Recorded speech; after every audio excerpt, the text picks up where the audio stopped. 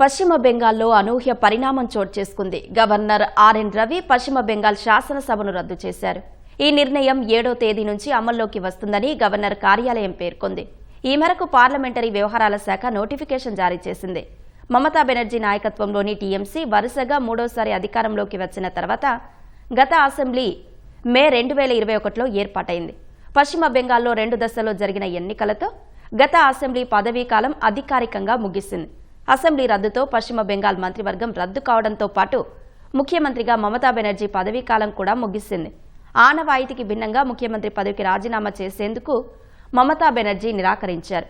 ఫలితాలను తారుమారు చేయటం వల్లనే తాను తన పార్టీ ఓడిపోయినట్లు ఆరోపించారు. ఈ నేపథ్యంలోనే గవర్నర్ ఆర్ఎన్ రవి పశ్చిమ బెంగాల్ శాసనసభను రద్దు చేసినట్లు తెలుస్తోంది. రాజ్యాంగంలోని ఆర్టికల్ 174 నిబంధన ప్రకారం అసెంబ్లీని సమావేశపరచడం, వాయిదా వేయడం, రద్దు చేయడం వంటి అధికారాలు గవర్నర్కు ఉంటాయి. పశ్చిమ బెంగాల్లోని 294 అసెంబ్లీ స్థానాలకు ఇటీవల జరిగిన ఎన్నికల్లో బీజేపీ 207 సీట్లతో 3/2 కంటే ఎక్కువ మెజారిటీ సాధించడం ద్వారా 15 ఏళ్ల టీఎంసీ పాలన ముగిసింది.